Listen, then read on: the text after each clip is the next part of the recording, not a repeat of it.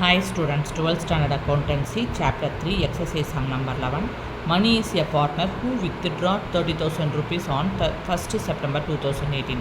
Interest on drawings is charged at 6% per annum. Calculate interest on drawing on 31st December 2018 and show the journal entries by assuming that the fluctuating capital method is followed.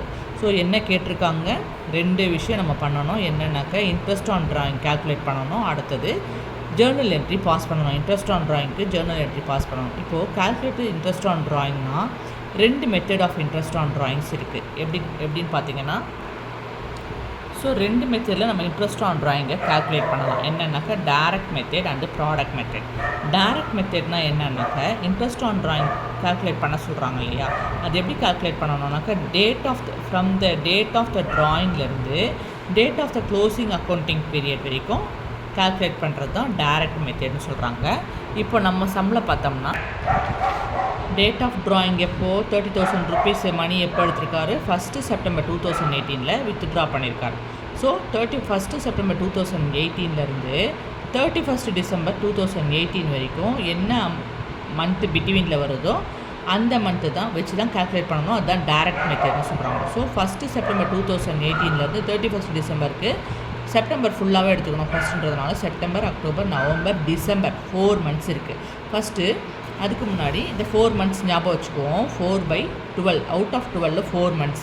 So direct மெத்தடில் interest on drawing calculate பண்ணணும்னா என்ன format use பண்ணணும் அப்படின்னு பார்த்தீங்கன்னா, amount of drawings into rate of interest into period of interest தான் direct மெத்தடில் நம்ம follow பண்ண வேண்டிய இன்ட்ரெஸ்ட் ஆன் ட்ராயிங்கோடைய ஃபார்மேட். ஓகேங்களா? ஸோ நம்ம இந்த சம்மில் எந்த மெத்தட் ஃபாலோ பண்ணுறோம், கண்டிப்பாக ஹெட்டிங் எழுதிக்கணும். டைரக்ட் மெத்தடில் தான் இன்ட்ரெஸ்ட் ஆன் ட்ராயிங் கண்டுபிடிக்க போகிறோம். ஸோ இன்ட்ரெஸ்ட் ஆன் ட்ராயிங்கோட format amount of drawings into rate of interest into period of interest. ஓகேங்களா? ஸோ அமௌண்ட் ஆஃப் ட்ராயிங் எவ்வளோ எடுத்திருக்காரு, மணிங்கிற ஒரு அமௌண்ட்டு 30,000 rupees எடுத்திருக்காரு. இன்ட்ரெஸ்ட் எவ்வளவு, 6% per annum. Period of interest எவ்வளவு, 4 months டிவைடட் பை 12. ஏன்னா 1st Septemberலேருந்து 31st December வரைக்கும். ஸோ அது பிரகாரம் as per the format 30,000 into 6/100 into 4/12. இப்போ இதை கேன்சல் பண்ணணும் நம்ம. ஸோ இப்போ இதை கேன்சல் பண்ணோம்னா என்ன வருது, 2 2s are 4, 6 2s are 12 வருது. ஓகேங்களா? திருப்பி 1 2 is 2, 3 2s are 6. இப்போ இந்த 3யை கேன்சல் பண்ணோம்னா 1 3 is 3, 2 3s are 6 வருது. இந்த 2 0க்கு இந்த 2 0 கேன்சல் ஆகிடுச்சு. ரிமைனிங் எவ்வளோ இருக்குது, 300 into 2 இருக்குது. ஸோ 2 3s are 6, இந்த 2 0வை இங்கே கேரி பண்ணிட்டோம். So interest on drawing direct மெத்தடில் எவ்வளோ வந்திருக்கு, 600 rupees. ஓகேங்களா? அடுத்தது ஜேர்னல் என்ட்ரி பாஸ் பண்ண சொல்லியிருக்காங்க. ஜேர்னல் என்ட்ரி எந்த மெத்தடில் பாஸ் பண்ணணும், ஃப்ளக்சுவேட்டிங் கேபிட்டல் மெத்தடில் பாஸ் பண்ணுங்கன்னு சொல்லியிருக்காங்க. ஜேர்னல் என்ட்ரி ஃபார்மேட் தெரியும், date, particulars, LF, debit and credit. Fluctuating capital மெத்தட்னா என்னன்னு பார்ப்போம். ஸோ ஃப்ளக்சுவேட்டிங் கேபிட்டல் மெத்தடில் interest on drawing journal entry எப்படி பாஸ் பண்ணணும்னா, partners capital or current account debtor to interest on drawing account அப்படின்னா இங்கே நோட்டில் கொடுத்துருக்காங்க. Interest on drawings is due from the partners to the firm. So interest on, அதாவது partner தான் என்ன பண்ணியிருக்காரு, பிஸ்னஸ்லேருந்து கேஷ் எடுத்திருக்காரு அவரோட பர்சனல் யூஸ்க்காக. அதனால தான் நம்ம ட்ராயிங்ஸ்ன்னு சொல்கிறோம். ஓகேங்களா? ஸோ அந்த ட்ராயிங்ஸ்க்கு நம்ம என்ன எடுத்த கேஷ் பர்சனல் யூஸ்க்காக ஃபர்ம்னாக்கா கம்பெனிலேருந்து கேஷ் எடுத்திருக்கோம் இல்லையா, அதுக்கு நம்ம என்ன பண்ணணும், இன்ட்ரெஸ்ட் ஆன் ட்ராயிங் 6% சார்ஜ் பண்ணுறாங்க. ஸோ அந்த பார்ட்னர் என்ன பண்ணணும், கம்பெனிக்கு due interest on drawing pay பண்ணணும். ஓகேங்களா? அதனால் partners capital or current account is to be debited. அதனால் partners capital and current account is to be debited. ஏன்னா பார்ட்னர் தான் பணம் கட்டணும். எக்ஸ்பென்சஸ். ஓகேங்களா? ஸோ எக்ஸ்பென்சஸ் எங்கே வருது, all the expenses is to be debited.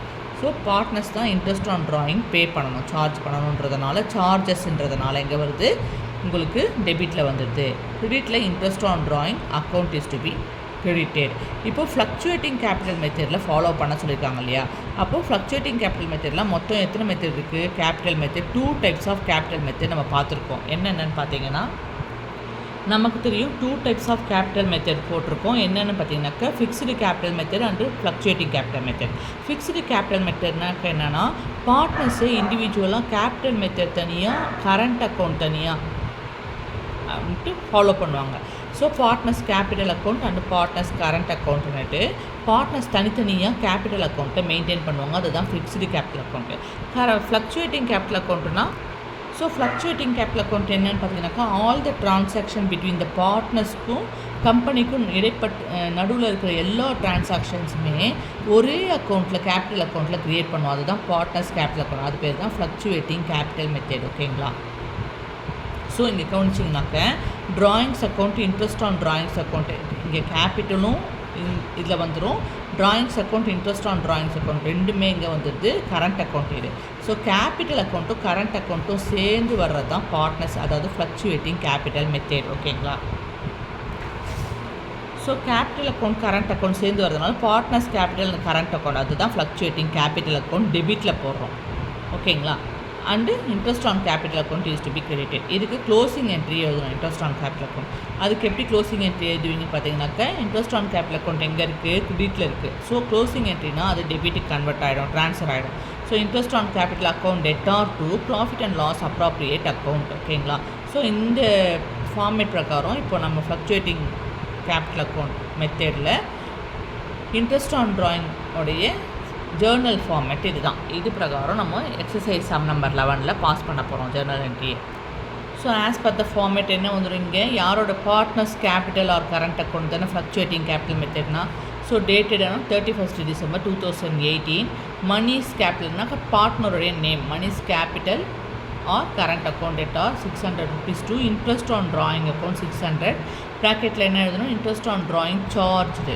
அடுத்தது இதுக்கு என்ன பண்ணணும்? க்ளோசிங் அக்கௌண்ட் எழுதணும். ஸோ சேம் டேட் தான் இன்ட்ரெஸ்ட் ஆன் ட்ராயிங் இங்கே கிரெடிட்டில் இருந்ததுன்னா இதை டெபிட் பண்ணிக்கணும். So interest on drawings account debtor 600 rupees to profit and loss appropriation account 600 rupees. Narration கண்டிப்பாக எழுதணும். Interest on drawings account closed. ஏதாவது டவுட் இருந்ததுன்னா கமெண்ட் பண்ணுங்கள். மறக்காமல் சப்ஸ்கிரைப் பண்ணுங்கள். தேங்க்யூ. Take care.